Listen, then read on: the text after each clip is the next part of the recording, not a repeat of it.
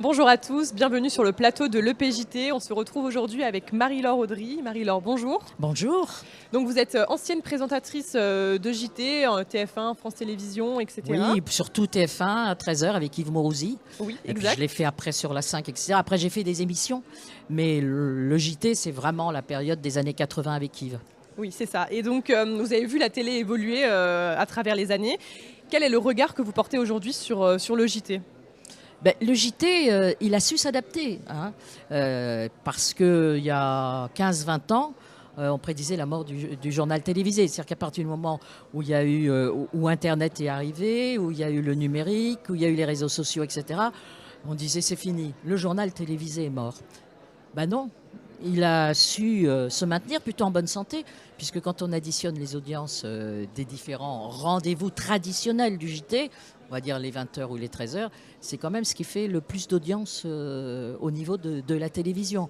Alors parce qu'il a su évoluer, qu'il a su s'adapter. Moi, quand à l'époque où j'ai commencé, un journal télévisé, c'était des tas de fenêtres qui s'ouvraient sur le monde, sur la culture, voilà, parce que c'était le rendez-vous. Oui. C'est là où on apprenait l'information. Donc, on essayait de donner le plus d'informations possible, sans forcément aller au fond des choses. Aujourd'hui, le téléspectateur, il arrive, il sait tout pratiquement, il a commenté éventuellement l'info. Donc là, c'est une autre façon d'aborder l'information. C'est de lui donner du recul, c'est de lui faire découvrir autre chose. Et cette adaptation a fait que le journal télévisé reste quand même encore un rendez-vous, même si pour la jeune génération, ça l'est moins. Et vous avez au cours de votre carrière aussi beaucoup travaillé sur la déontologie. Aujourd'hui, on traverse quand même une crise de confiance. Est-ce que selon vous, comment selon vous on regagne la confiance des téléspectateurs ?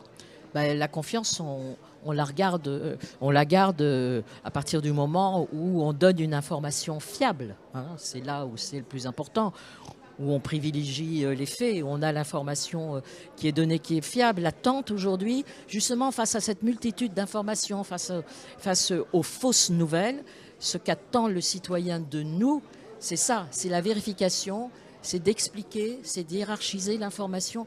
Et c'est beaucoup plus difficile aujourd'hui que quand j'ai commencé moi.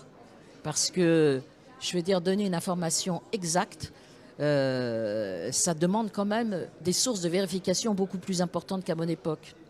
Et aujourd'hui, est-ce que vous regardez encore le JT ? Et si oui, plutôt TF1 ou France Télé ? Oui, je regarde toujours le journal télévisé. Alors, ce que je fais en général, sur le 20h, je suis une zappeuse.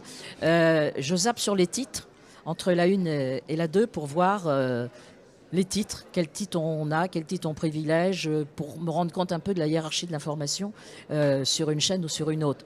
Donc je suis plus dans la comparaison que de me fixer sur un JT particulier. Mais j'ai encore ce besoin d'information, y compris par les chaînes Tout Info. Oui, moi, les documentaires, les magazines et l'info, c'est ce que je regarde le plus à la télévision. D'accord, très bien. Merci beaucoup.